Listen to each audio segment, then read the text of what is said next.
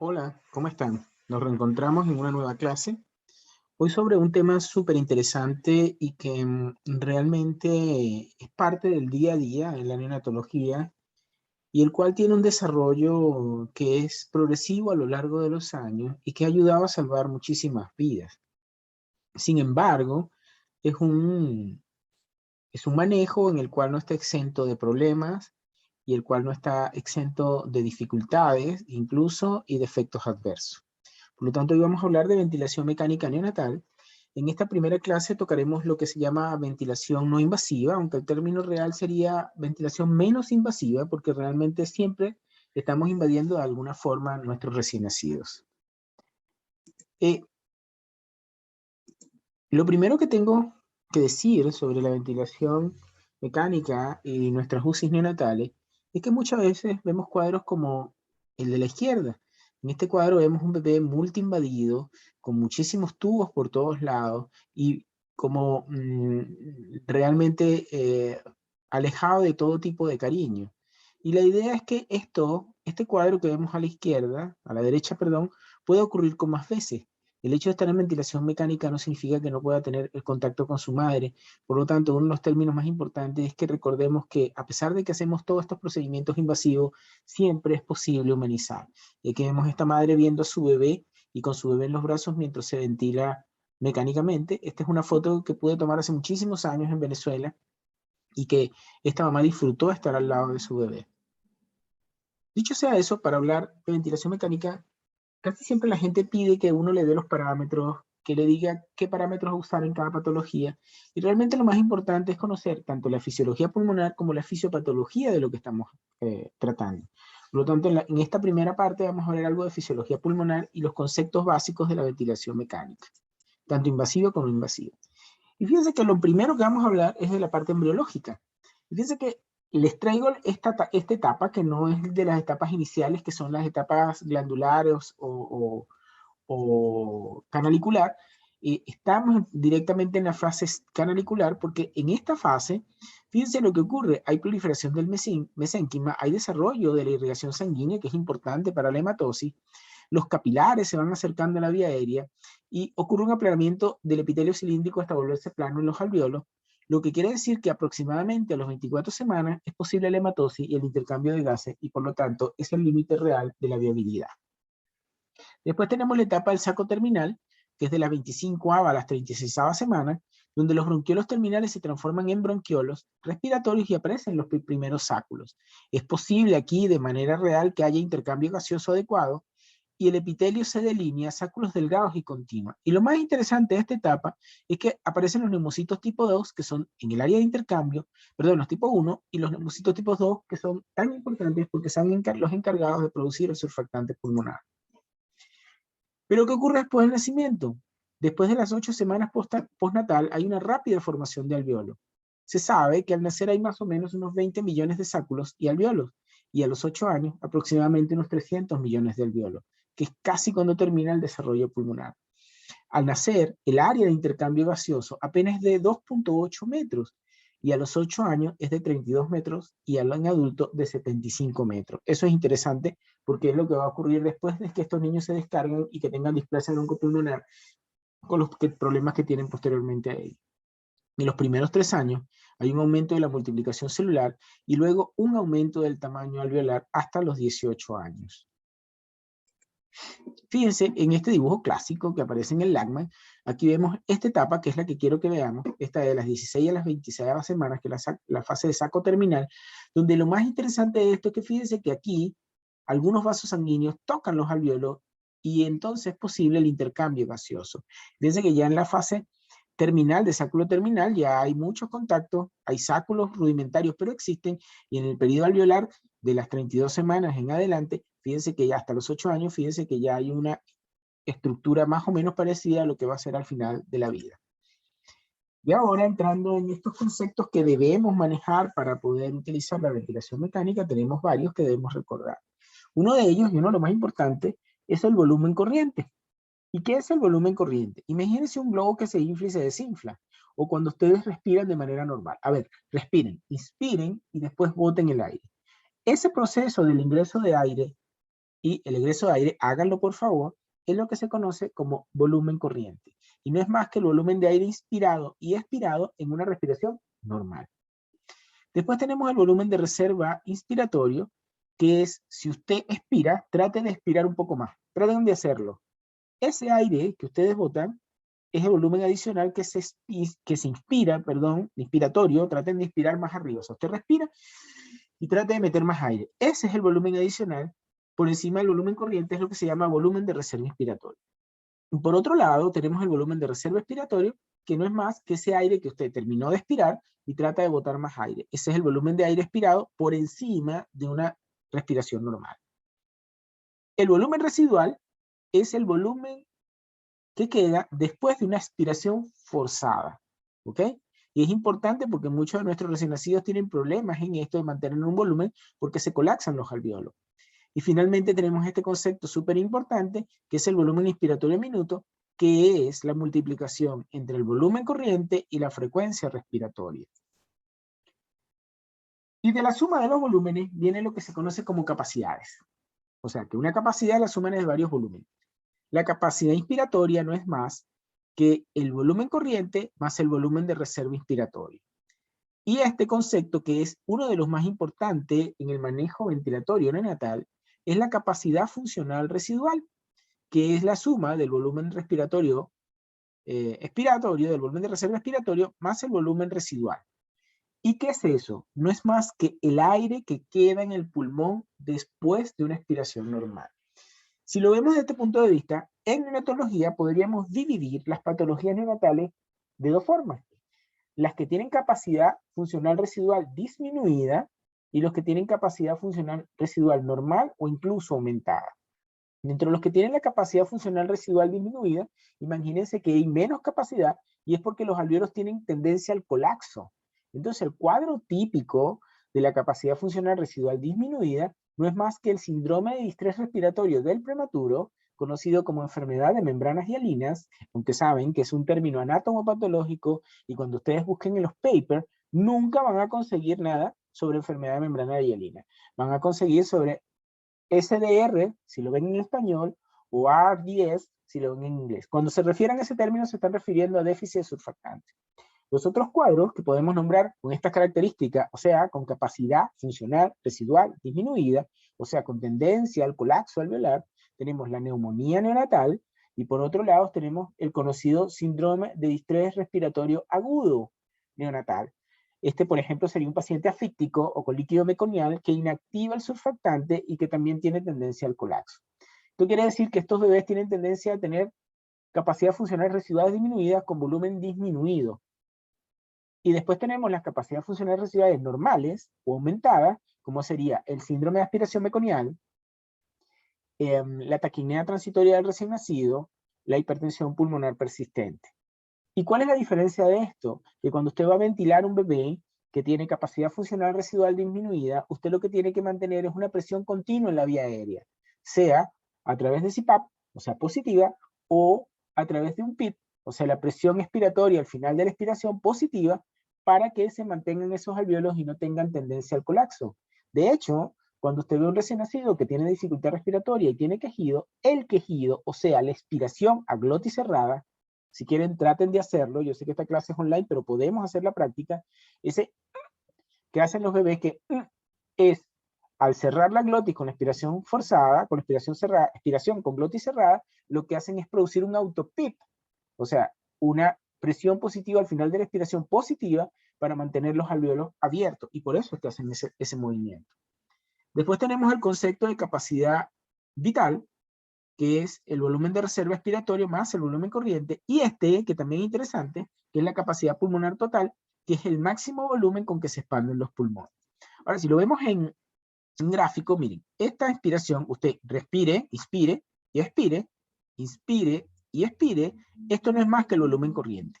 Si usted está inspirando y le dicen, por favor, meta más aire al pulmón, o sea, inspire más, esto que ustedes ven aquí es el nivel de reserva inspiratoria. Y si le piden que bote más aire después de la expiración, es el volumen de reserva expiratoria. Y fíjense cómo se van sumando las capacidades.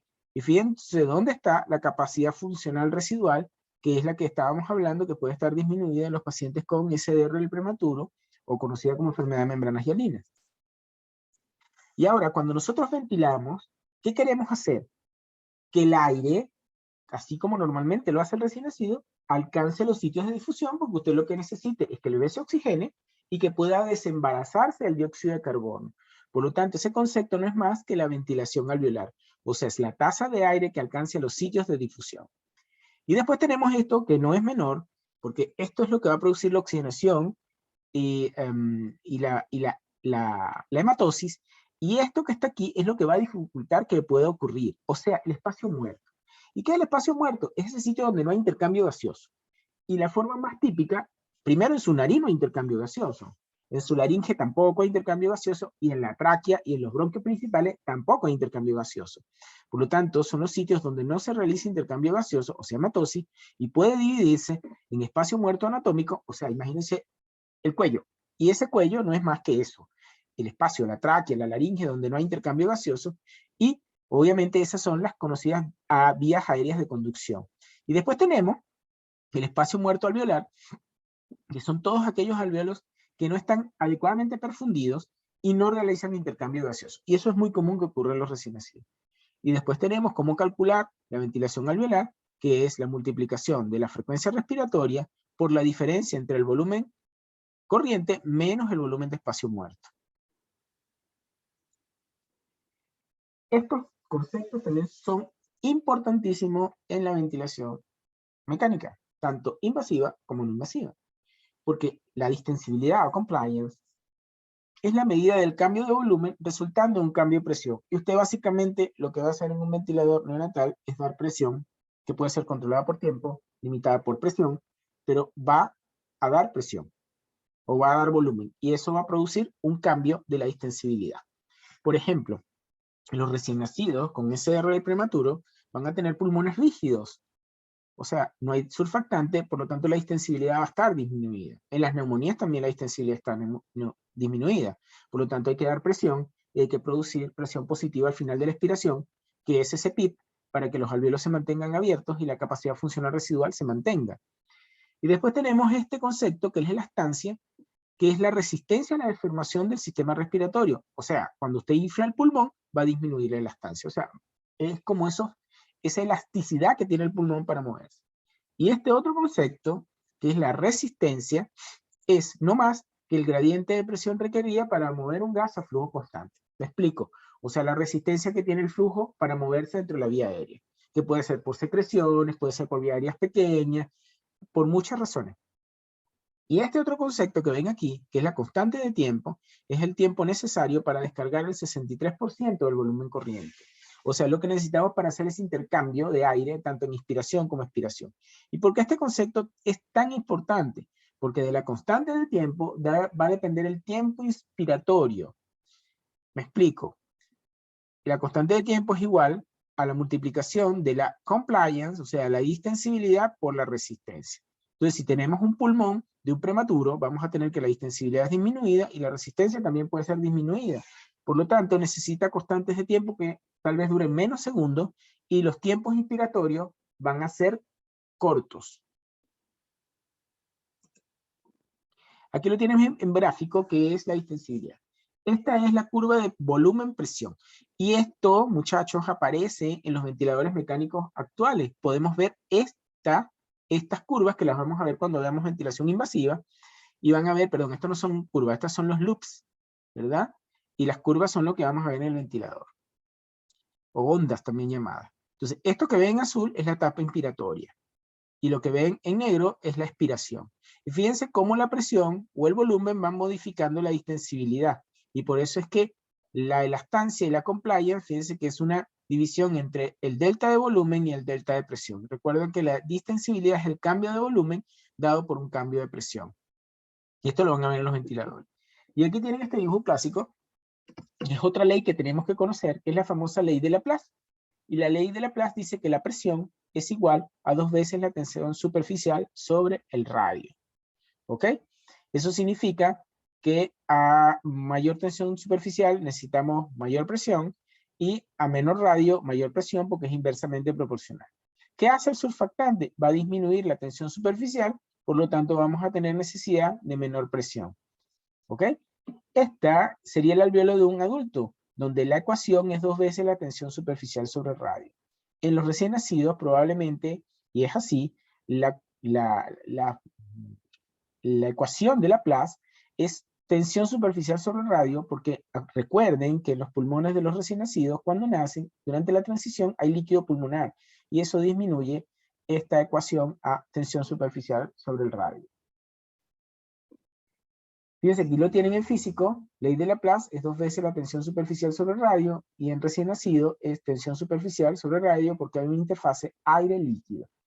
Repito, a mayor tensión superficial, mayor será la presión, y a menor radio, mayor será la presión. Y recuerden que los prematuros no tienen surfactante, que es el que disminuye la tensión superficial. ¿Y qué es la tensión superficial? O sea, para entenderlo, por ejemplo, es la fuerza que tienen las moléculas entre sí. Eso es tensión superficial. Entonces imagínense, por ejemplo, que yo coloque agua en el centro de una mesa.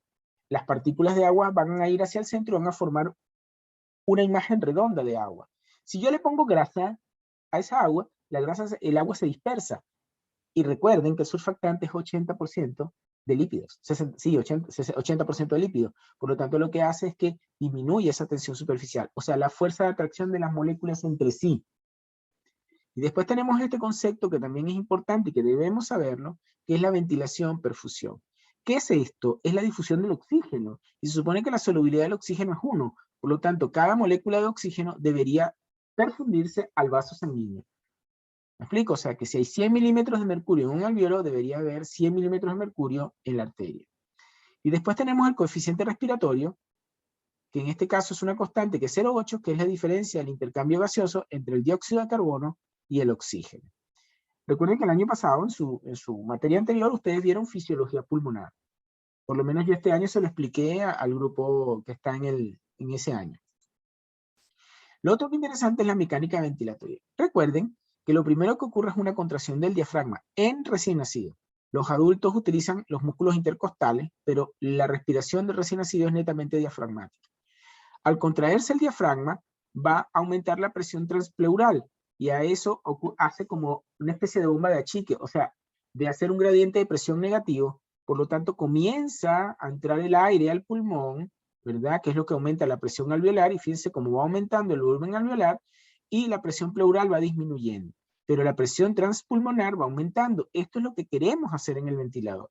Una vez que ocurre la dilatación de los alveolos, se produce el reflejo de Hering, o reflejo de estiramiento de Hering en los alveolos, y cesa la respiración. Por lo tanto, la expiración es pasiva. También debemos conocer que el pulmón del recién nacido tiene unas características propias.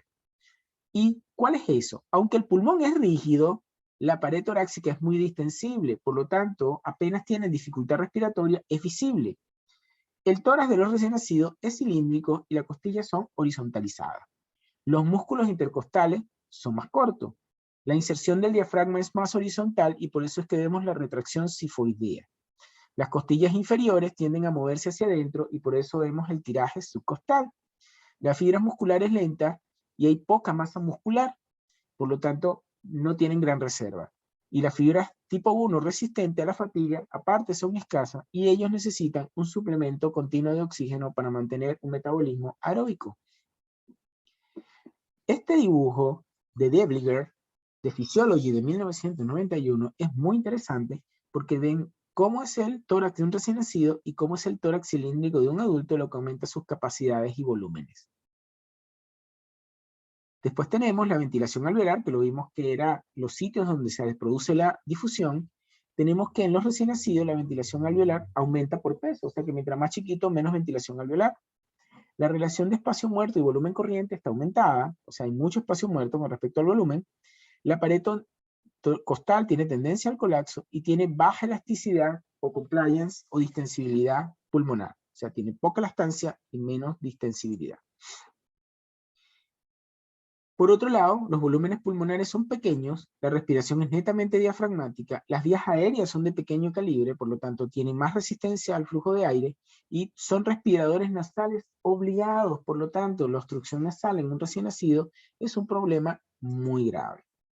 Aquí les traigo algo sobre cómo serían esos volúmenes y capacidades. Fíjense que la capacidad funcional residual más o menos de 30 ml por kilogramo. El volumen residual de 20 ml, el volumen corriente de 6 ml por kilo, que es lo que fijamos cuando veamos ventilación mecánica invasiva en el modo volumen garantizado, se fija un volumen de 4 a 6 ml por kilo. El volumen de espacio muerto son 2 ml por kilo, y esto es interesante porque, por ejemplo, debemos tomarlo en cuenta cuando sumamos para el volumen garantizado, el volumen corriente que tenemos, cuánto es el espacio muerto que debemos calcular. La frecuencia respiratoria de un neonato está entre 40 y 60 por minuto, el volumen en minuto es 210, que sería la suma de 6 por 40 o 6 por 35, que sería el volumen corriente por la frecuencia respiratoria sobre el volumen minuto. La ventilación alveolar más o menos de 140 ml por kilogramo minuto. La distensibilidad o compliance es de 5 ml por centímetro cuadrado de agua, y la resistencia es de 30 centímetros de agua por litros por segundo. Por lo tanto, la multiplicación de eso, 5 por 3 más o menos 0,15 segundos, es una constante de tiempo inspiratorio. Por lo tanto, el tiempo inspiratorio podría estar entre 0,1, 0, de 0,2 a 0,3 segundos, por ejemplo, en el cuadro de SDR del prematuro. Aquí tenemos otro cuadro que conseguí en otro lado, sobre la frecuencia respiratoria, el volumen minuto, que es más o menos lo mismo, y la ventilación alveolar, con volúmenes pulmonares estáticos y dinámicos. Otra característica es en cuanto al gradiente o la diferencia alveolar arterial de oxígeno. Y la diferencia alveolar arterial de oxígeno es la cantidad de oxígeno que hay en el alveolo con relación a lo que hay en la presión arterial de oxígeno en los gases que tomamos. Y ella está aumentada, o sea, es más alta que en nosotros. Normalmente nosotros la diferencia entre lo que está en el alveolo y lo que está en sangre es 20 milímetros de mercurio, y la ventilación, perfusión en ellos está disminuida. ¿Y esto es por qué? Porque hay tendencia al colapso, porque obviamente hay una circulación bronquial que desoxigena la sangre que llega al corazón, la presencia de los shunts, ¿verdad? Como el foramen oval y el ductus, y aparte tienen una reactividad capilar aumentada, o sea, ellos son sensiblemente exquisitos a los cambios de oxigenación. Me explico. Si usted aumenta el oxígeno, va a producir vasodilatación pulmonar, pero si disminuye bruscamente, o sea, se le salió la cánula, se obstruyó el tubo, se produce vasoconstricción pulmonar por hipoxemia. En cuanto al control de la respiración, que es importante porque muchas de las indicaciones de ventilación no invasiva o ventilación mecánica invasiva va a ser la apnea, por ejemplo, y debemos conocer que los recién nacidos, a diferencia de nosotros, tienen una respuesta ventilatoria al dióxido de carbono reducida. Y generalmente lo que es más sensible son los receptores medulares a hidrógenos. En general, cuando nosotros estamos hipoxémicos, o sea, los adultos, aumentamos nuestra frecuencia respiratoria, pero los neonatos no. Hacen depresión respiratoria frente a hipoxemia, o sea que si empieza a disminuir el oxígeno por una apnea, terminan haciendo más problemas respiratorios. Lo otro es que el reflejo de Erin-Breuer, que es el reflejo de estiramiento para que cese la inspiración, esté exaltado, por lo tanto, pequeños cambios de presión pueden disminuir la inspiración y cesar la respiración y producir apnea. Y este concepto que lo vamos a ver en el CPAP, el reflejo paradójico de Head, es que una insuflación pulmonar pequeña o breve causa un jadeo profundo y estimula la respiración. La primera respiración de un neonato, que eso también tenemos que saber porque mucha de la ventilación no invasiva, por ejemplo el CPAP, se puede hacer profiláctico en atención inmediata, debemos conocer cómo se produce la primera respiración de un bebé. Y ella, se han dicho muchas cosas, pero está estimulada por factores físicos y químicos. Si a mí me preguntan, les diría que el clampeo del cordón es uno de los momentos más trascendentales para el inicio de la primera respiración. Hay una activación del bulbo del grupo respiratorio dorsal y ventral. En el momento del nacimiento hay una compresión torácica de 30 a 160 centímetros de agua por el canal vaginal de la mamá. Se produce eyección de líquido pulmonar, 30 centímetros de agua aproximadamente, se produce una inspiración pasiva, una erección capilar y se establece la interfase aire-líquido. Eso es importante conocerlo porque es parte de lo que nosotros vamos a tratar de producir en el momento de la transición, incluso con la ventilación por pieza en T, cuando damos presión positiva con NeoPAF, cuando estamos ventilando y produciendo reanimación cardiopulmonar cerebral.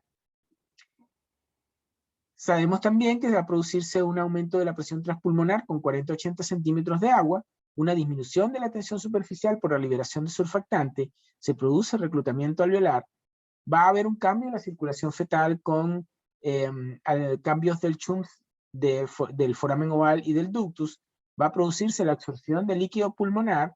Esto se debe a la liberación de catecolaminas y receptores beta adrenérgicos en los alvéolos, sobre todo en el neumocito tipo 1, con establecimiento de la bomba sodio-potasio ATPasa dependiente, establecimiento final del volumen y de la función pulmonar. Eso es lo que ocurre en un momento de nacimiento de un bebé normal. O sea que todo este proceso de transición puede estar alterado, sobre todo en un bebé afíctico, con neumonía, con sepsis, o en un bebé muy prematuro o prematuro extremo. Y aquí ven cómo van cambiando algunos parámetros de la mecánica ventilatoria, como la distensibilidad específica, fíjense que va aumentando y se establece más o menos hasta las 48 horas de vida. La conductancia específica también va aumentando, y fíjense que se establece realmente después de los 8 minutos, y finalmente después de los 60 minutos después de la hora, y fíjense cómo el volumen pulmonar de reposo va aumentando progresivamente, y se establece más o menos a la hora de vida, y permanece constante hasta las 36 y 48 horas de vida. Dicho esto, y entendiendo un poquito de lo que es la fisiología pulmonar, y los invito a leer un poco de lo que vieron en la clase pasada, de la clase del año anterior, o volver a escuchar esta primera parte para poder entender lo que es la ventilación mecánica. Y después vamos a hablar de los términos que van a ser comunes que vamos a escuchar aquí. Y uno de ellos es ventilación mecánica invasiva. ¿Qué es esto? Ventilación mecánica invasiva, o ventilación no invasiva, o menos invasiva. CPAP, que es presión positiva continua de la vía aérea. La CAF, o cánula de alto flujo. PIM, o PIP, hay sinónimos, lo van a ver en algunas literaturas como PIP, o PIM, que es la presión inspiratoria máxima, o presión inspiratoria pico. También tenemos el PEP, ¿verdad? Que es la presión positiva al final de la inspiración. Si lo traducimos en inglés, aquí diríamos PIP, pero es presión positiva al final de la expiración. Esto es muy interesante porque es lo que vamos a ver cuando veamos CPAP, cuando veamos CAF, o cuando manejemos ventilación invasiva o invasiva.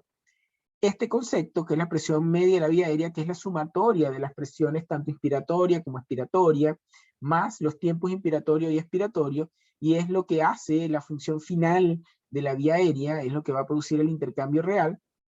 Tenemos la presión de soporte ventilatorio, o PSV, frecuencia respiratoria, TI, o tiempo inspiratorio, TE, o tiempo expiratorio, y FiO2, que es la fracción inspirada de oxígeno.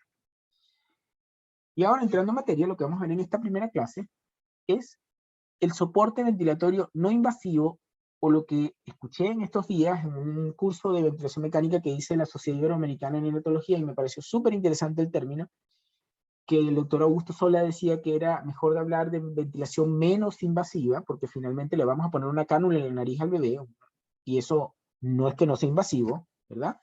Entonces hablar de ventilación no invasiva es lo que vamos a hablar hoy. Y aquí tenemos varias cosas.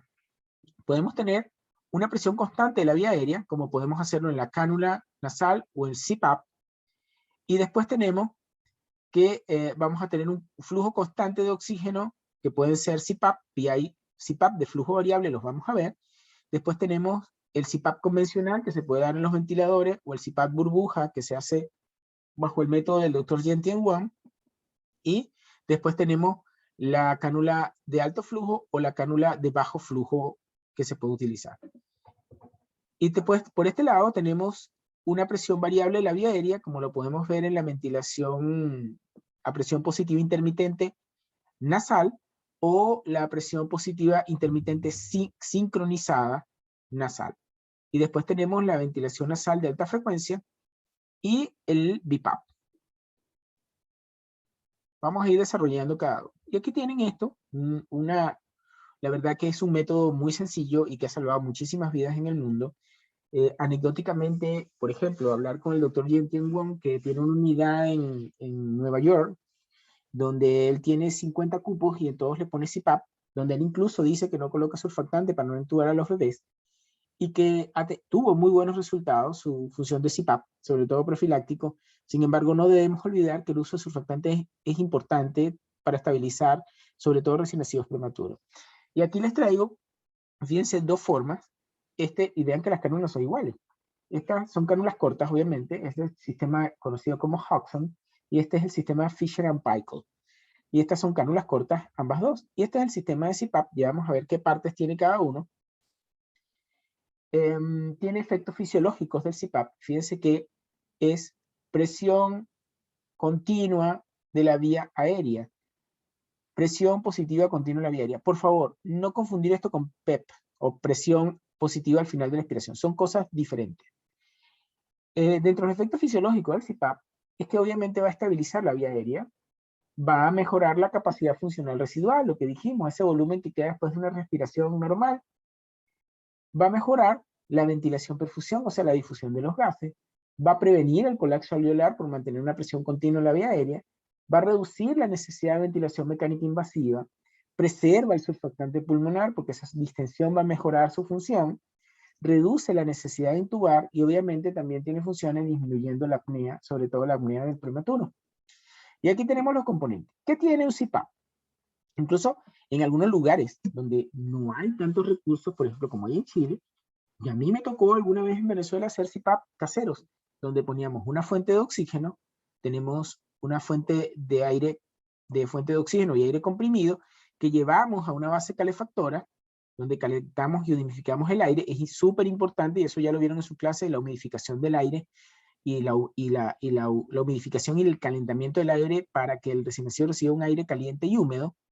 Después tenemos una válvula expiratoria que permita, o sea, esto que está aquí, que permita que la presión se mantenga positiva.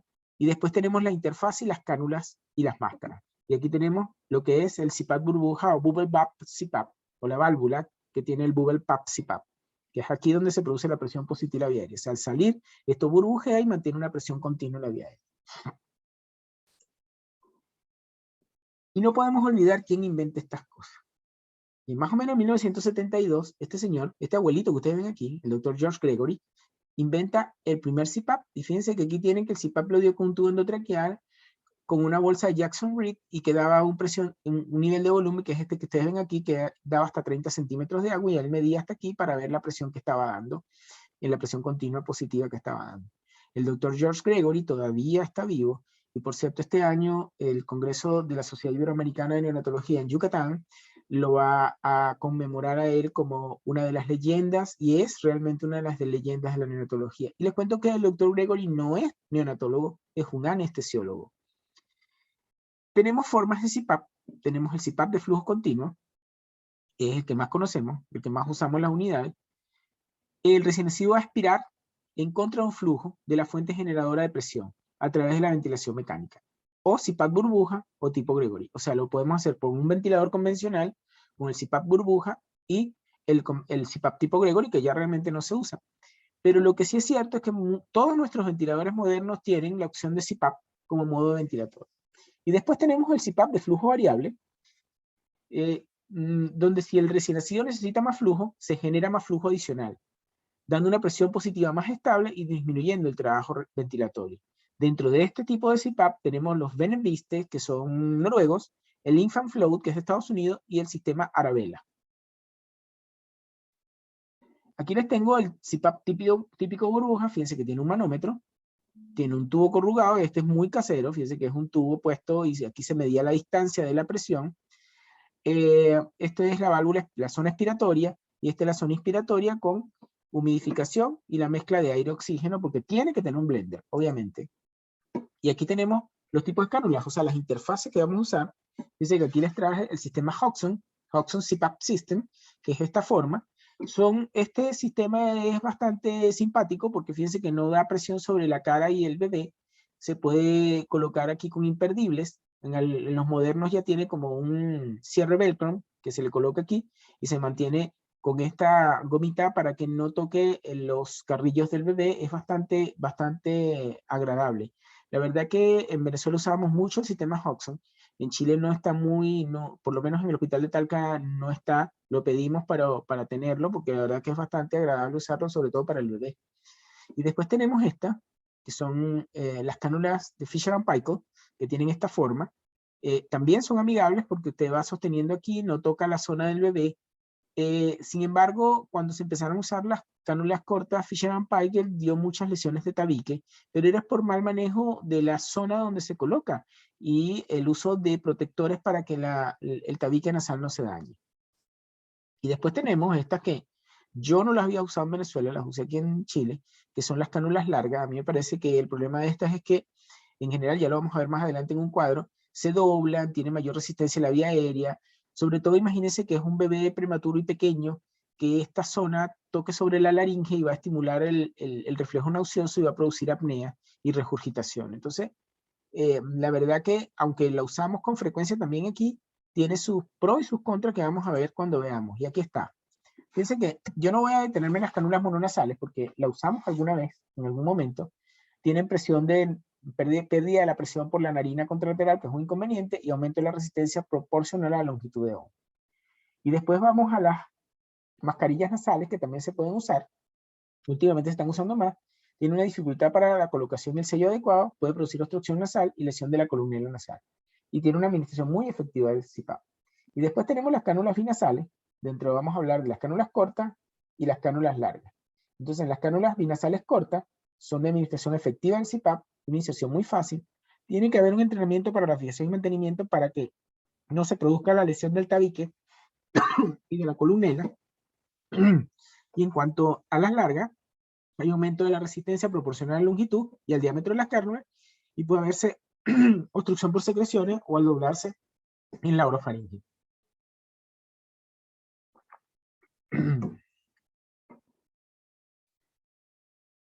Ahora, vamos a ver cuándo está indicado el CPAP. Entonces, está usado básicamente de dos formas en el síndrome de estrés respiratorio del prematuro, o RDS, como profiláctico en sala de parto, y eso en las guías del MinSal aparece, colocar un CPAP de manera profiláctica rápida. Si lo ideal sería, si es un bebé prematuro extremo, colocar surfactante, que vamos a ver que hay modalidades no invasivas como el MIST o el LISA, donde usted a través de una canulita va colocando el surfactante mientras mantiene presión positiva de la vía aérea con CPAP, o como manejo del SDR también. Pero lo ideal es colocarlo en atención inmediata para mantener de una vez y estabilizar la función pulmonar y la capacidad funcional residual. También se ha usado post-extubación después de la ventilación mecánica. Les cuento que yo hace muchísimos años comenzamos a usarlo como paso posterior a la ventilación y es muy exitoso. En la apnea, si fallan las antinas, o sea, la teofilina y la aminofilina, o unida a ellas, en el síndrome de aspiración meconial en un momento se habló mucho de eso, pero después ha tenido un poquito de problema porque puede producir más riesgo de neumotórax. En la neumonía también, porque dijimos que tiene capacidad funcional pulmonar disminuida. En la parálisis diafragmática y en la laringohemalacia, porque estabiliza la vía aérea. Y aquí tienen, les traje esta de una revista argentina, donde aparecen las indicaciones. Enfermedad de membranas hialinas, apnea de la prematuridad, soporte respiratorio post-extubación, lo mismo que vimos antes, como soporte respiratorio postquirúrgico en cardiopatías congénitas y defecto de la pared abdominal. Aquí hay cierta duda porque si usted tiene un paciente postoperado, como le da presión positiva a la vía aérea, también va a haber presión en la zona abdominal y producir distensión. Y este es un paciente postoperado. En el síndrome de aspiración meconial ya les dije que es dudosa. En la taquimia transitoria de recién nacido funciona muy bien. En el edema pulmonar también, porque aumenta la presión y permite la salida del agua del alveolo. En la insuficiencia cardíaca, en la neumonía, en la reanimación en sala de parto o en la atención inmediata, inestabilidad de la pared torácica, en la parálisis diafragmática, en la laringomalacia, en la traqueomalacia, la broncomalacia y en la displasia broncopulmonar también está totalmente indicada. ¿Cuáles son los efectos adversos del CPAP? Bueno, puede tener repercusión cardiovascular por sobredistensión, o sea, puede disminuir el retorno venoso.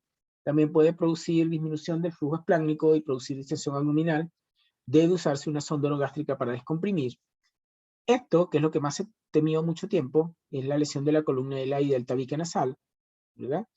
Y finalmente esta, que también no es infrecuente, que es la ruptura alveolar y escape alveolar, produciendo neumotoras, incluso neumomediastino y neumoperitoneo.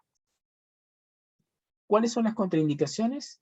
La falla respiratoria con acidosis respiratoria. O sea, usted lo tiene conectado a CPAP, le hace unos gases y encuentra que hay un CO2 por encima de 50 y una PO2 por encima de 40, por debajo de 45.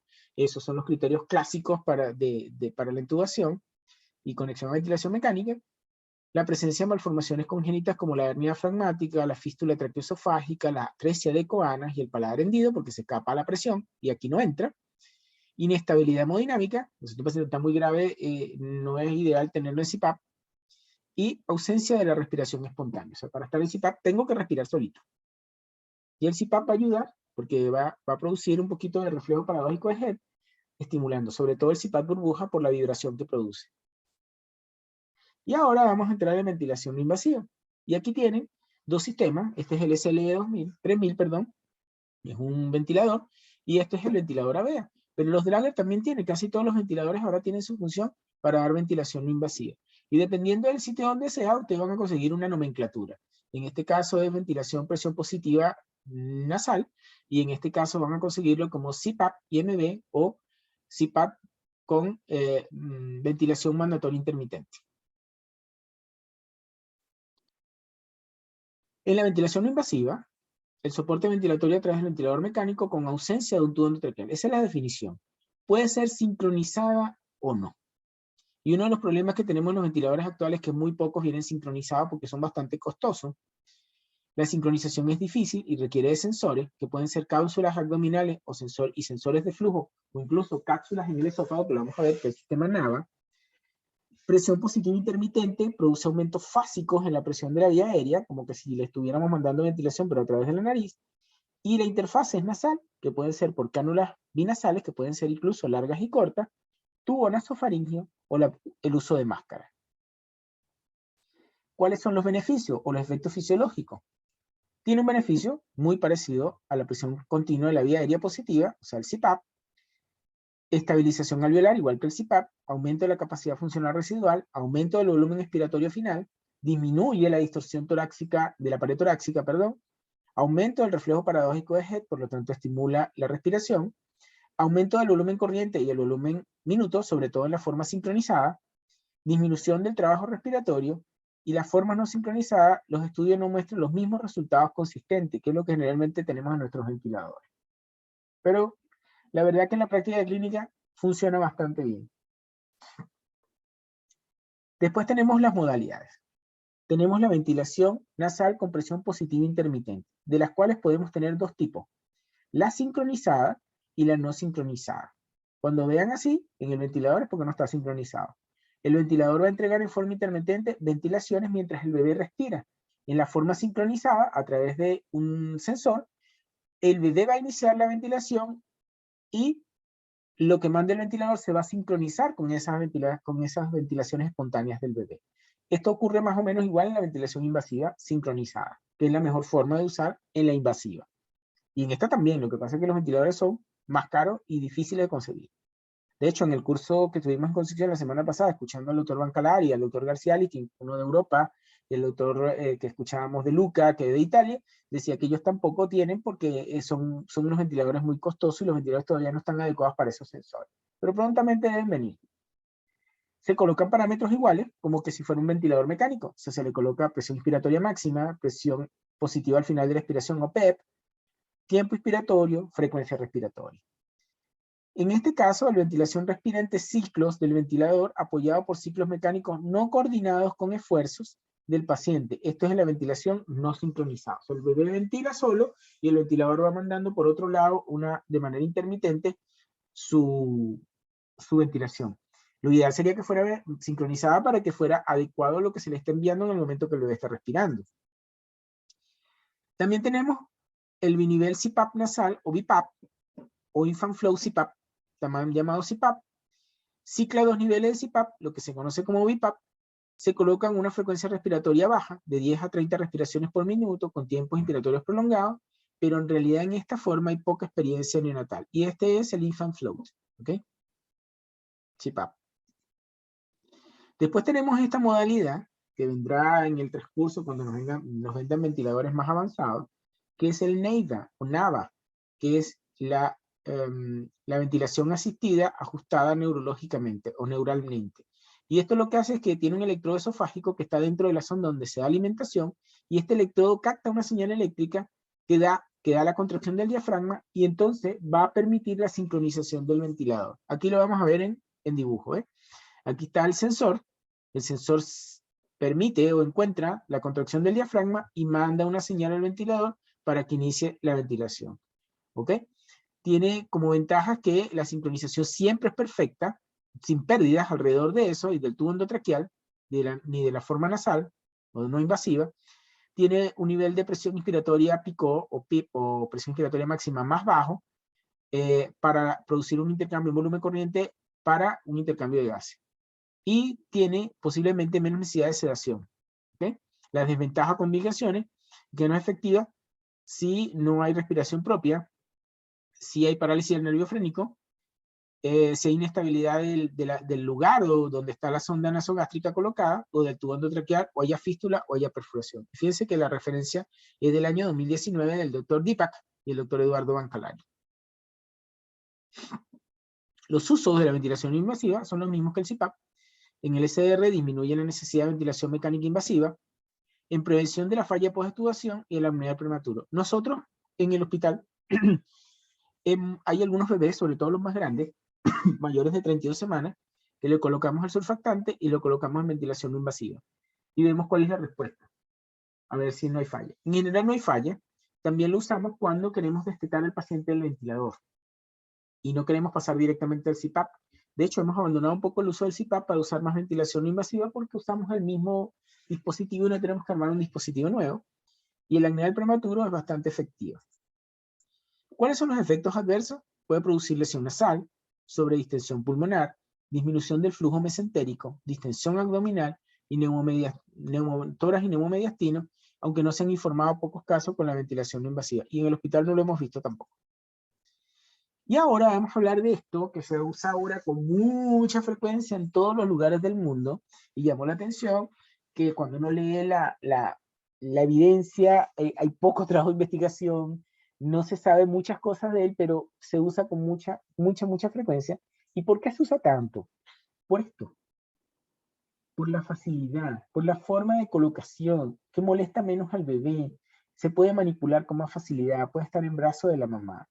Y eso hace que esto se use con mayor frecuencia, aunque desconocemos algunas cosas. Y esto es la cánula de alto flujo. Esta es la interfase que se coloca en la nariz, en el hospital tenemos de esto, y este es el sistema completo. Hay una humidificación, hay un flujo y una presión, y se humidifica el aire y se lleva al bebé. Y aquí lo tienen cómo se va colocando, ¿eh? El conector de la cánula, que es un conector amarillo. Nosotros incluso hemos tratado de usar estas interfaces para colocar en ventilación no invasiva, pero aquí hay aumento de la resistencia. La idea sería que tuviéramos cánulas cortas en el hospital. Y ahora, ¿cómo funciona esto? ¿Qué es la cánula de alto flujo? Es un dispositivo que entrega flujo alto, hasta 8 litros por minuto.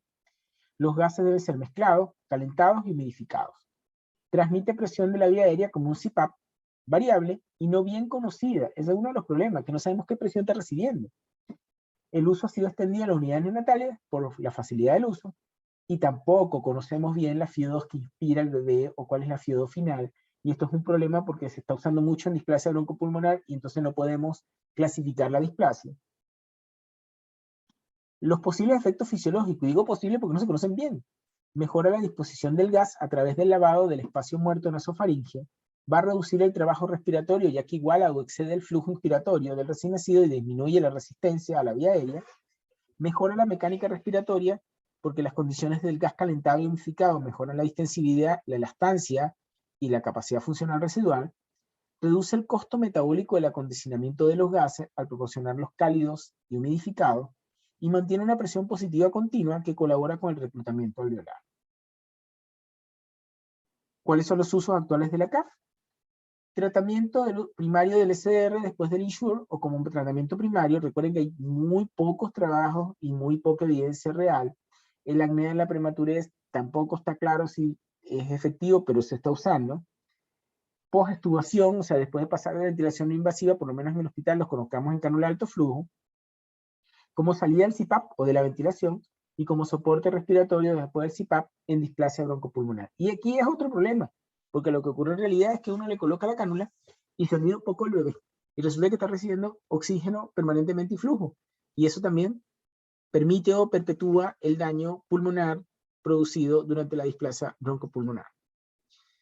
¿Cuáles serían las ventajas y las desventajas de las cánulas de alto flujo? Bueno, las ventajas, como les dije, es muy confortable, se maneja muy fácil, tiene menor riesgo de lesión neumotora, el rostro del bebé es más visible y por lo tanto permite la vinculación madre-hijo, permite una administración más exacta de oxígeno comparada con las cánulas de bajo flujo, eso es verdad. Si con las de bajo flujo, por lo menos no sabemos cuánto. Con la de alto flujo, probablemente con un analizador de oxígeno podemos saber cuánto está saliendo para llegarle al bebé. ¿Cuáles son las desventajas? Malos resultados en el tratamiento del fallo respiratorio. Menos conocimiento sobre su uso. La administración de presión positiva al final de la expiración es incierta. Requiere humidificación y calentamiento de gases y requiere de una cánula diseñada para tal fin.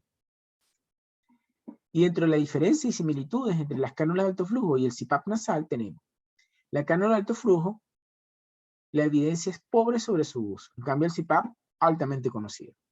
La cánula debe usar al menos 50% del orificio nasal, es otra cosa. En el CPAP debe quedar la cánula perfectamente del mismo tamaño que el orificio nasal. Y de hecho, viene con unos medidores del orificio, los CPAP, o sea, los sistemas Hobson o Fisher & Paykel, para medir tal cual el orificio nasal y escoger el tamaño de la narina. Hay narinas de distintos tamaños. En cambio, el de la cánula de alto flujo también vienen pequeñas, medianas y grandes, pero en este caso, la cánula no debe tomar más del 50% del orificio nasal para que el bebé pueda intercambiar la presión, porque si no le llega un flujo muy alto y la presión puede ser tan alta que puede producir problemas. La PEP de la cánula de alto flujo incierta, variable, no regulable, y va a depender de que el paciente tenga la boca abierta o cerrada, de la humidificación y el calentamiento. En cambio, en el CPAP es estable y conocida, dada por el respirador o la varilla o la cantidad de agua del frasco donde se coloca la rama expiratoria, si es CPAP burbuja. En el CPAP, en la cánula nasal de alto flujo, el PIP es dependiente del flujo administrado, a mayor flujo, mayor PEP. Y aquí el PEP es dependiente del flujo administrado, menor flujo, PEP incierta. El flujo es variable para mantener un PIP constante, en cambio aquí el flujo es constante de 5 a 8 litros por minuto y no debe modificar el flujo para administrar el PEP. Aquí la FIO2 es controlada, pero a veces no se conoce bien. Aquí también es controlada y tiene humidificación activa ambos dos. Aquí tiene más o menos la diferencia. Esta es la cánula nasal de alto flujo. Fíjense cómo hay un blender, un humidificador y una interfase. Aquí tenemos en el CPAP burbuja lo mismo, pero aquí esto es lo que hace la presión. Y aquí tenemos el BiPAP con cánula de alto flujo, ¿verdad? Que también hace una ventilación. O incluso con ventilación nasal de alta frecuencia oscilatoria. Que vamos a hablar un poco de eso también. Y es esto se ha venido hablando desde hace muy poco tiempo, desde el año 2016 hacia acá. La verdad que hay pocos estudios en el mundo. Cuando uno revisa la literatura hay unos surveys pequeños de 8 o 6 unidades neonatales y sobre todo europeas. Los americanos tienen cierta duda sobre el uso, pero creo que con el tiempo se va a popularizar mucho más esto. Esto para mí en base es casi siempre el futuro. Y en esto es como el ventilador de alta frecuencia, pero es nasal. Hay un flujo de polarización que genera una presión positiva de distensión continua con oscilaciones superpuestas a la respiración corriente espontánea del bebé a través de una interfase no invasiva, o sea, no un tubo endotraqueal. Las oscilaciones tienen una frecuencia constante y tienen una fase expiratoria activa. En la ventilación mecánica convencional o en la ventilación no invasiva convencional, la fase expiratoria es pasiva, la hace el bebé cuando termina. Aquí el ventilador saca el aire. En la ventilación nasal de alta frecuencia, la presión de la vía aérea, la presión media de la vía aérea, puede alcanzar valores más altos que durante el CPAP burbuja. Y hay otras formas como la ventilación nasal de alta frecuencia en jet o por percusión. Yo estas no las he visto realmente, sobre todo la de percusión. Aquí tienen la referencia del Archive Season de Childhood del año 2016, del doctor De Luca. Y aquí tenemos los posibles efectos fisiológicos. La ventilación nasal de alta frecuencia mantiene una respiración espontánea y las oscilaciones se sobreponen a los cambios de presión de la vía aérea respiratoria debido a una respiración corriente. En la ventilación nasal de alta frecuencia elimina el CO2 principalmente del espacio muerto, o sea, de las vías respiratorias superiores. De ahí saca el CO2 y después difunde el que está en el alveolo. Va a disminuir la tensión superficial y mejora la función del surfactante. Aquí tenemos algunos estudios, fíjense que no son muchos realmente, sobre lo que ocurrió, el estudio de Van der Hoeven, el de Hansch, el de Colliaisi, el de Cernik, el de Actas y el de Murgieri, todos son en unidades neonatales en Europa. Y fíjense que la condición del paciente en este caso fue síndrome respiratorio, tacnemia transitoria recién nacido, pérdida de aire, síndrome respiratorio prematuro, como fase de recuperación, dificultades en la extubación después de varios tipos de falla respiratoria. Les cuento que nosotros en el hospital tenemos el doctor Jules Frangomaña y mi persona, colocamos los primeros ventiladores nasales de alta frecuencia en neonatos, después se usó un poco más, pero lo usamos justo en pacientes con SDR que habían desarrollado displasia broncopulmonar. Y la verdad que no nos fue mal, ¿verdad? Fíjense que todos usaron tubos nasofaringeos con interrupción de flujo. Este fue a través de un sensor MEDIC, que es un interruptor de flujo con interrupción.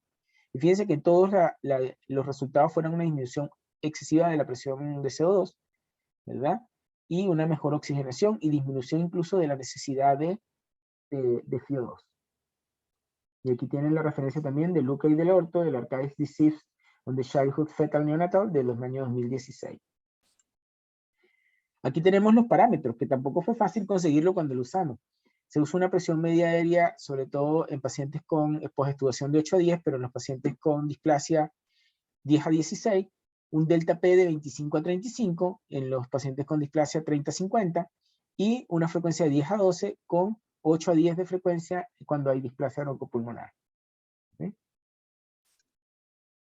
Y esto se lo quise traer porque en general cada 4 años se reúne un consenso de expertos en Europa y hacen un consenso de las guías del manejo del síndrome respiratorio. Recuerden, cuando hablo de síndrome respiratorio estoy hablando de enfermedad de membrana hialina, y aquí tienen las recomendaciones de ello. El CPAP podría iniciarse en recién nacidos, en todos los bebés con riesgos de SDR, al nacimiento incluso, y en aquellos con menos de 30 semanas de gestación, quienes no necesitan intubación para su estabilización. Y la recomendación es A1, o sea, es resultado de metaanálisis. El sistema de entrega de CPAP es de vital importancia. Sin embargo, las interfaces podrían ser PRONS o cánulas nasales cortas o máscaras con inicio de presión, porque siempre preguntan con qué debemos iniciar, y fíjense que el inicio con el SDR prematuro debería estar entre 6 a 8 centímetros de agua. La verdad que nosotros en el hospital iniciamos con 6 centímetros, en general no pasamos de 7, pero lo hemos podido usar. El PEP, o sea, la presión positiva al final de la respiración, debe individualizarse dependiendo de la condición clínica, la oxigenación y la perfusión. El CPAP con surfactante de rescate temprano es considerado óptimo en el manejo para los bebés con síndrome respiratorio agudo. Es una recomendación A1. Fíjense que esta es una recomendación de 2, no es muy confiable, pero esta que es A2, que es estudio de estudios multicéntricos randomizados, es bastante fuerte. La ventilación nasal sincronizada, entregada a través de un ventilador con un dispositivo de CPAP, podría reducir la extubación y la falla, pero podría no tener ventajas en la reducción de la displasia broncopulmonar. En cuanto al weaning o la duración, la ventilación, las cánulas de alto flujo podrían ser usadas como alternativas del CPAP para algunos bebés con algunas ventajas y menos trauma nasal. Y aquí terminamos esta parte porque después viene la ventilación no invasiva que la vamos a ver después. Y bueno, muchísimas gracias por escucharme. Les recomiendo escuchar o volver a escuchar esta clase porque es muy difícil dar una clase de ventilación mecánica de manera online. Lo ideal es verla en vivo. Para cualquier pregunta tienen al profesor a través de mi correo electrónico que es mvlovera, también con b corta, @hotmail.com, o incluso le pueden pedir el teléfono al profe y no tengo ningún problema en que se comuniquen conmigo si tienen alguna duda sobre esto, y yo les responderé con la mejor disposición posible y con la posibilidad de hacerlo lo más rápido posible también. Muchísimas gracias.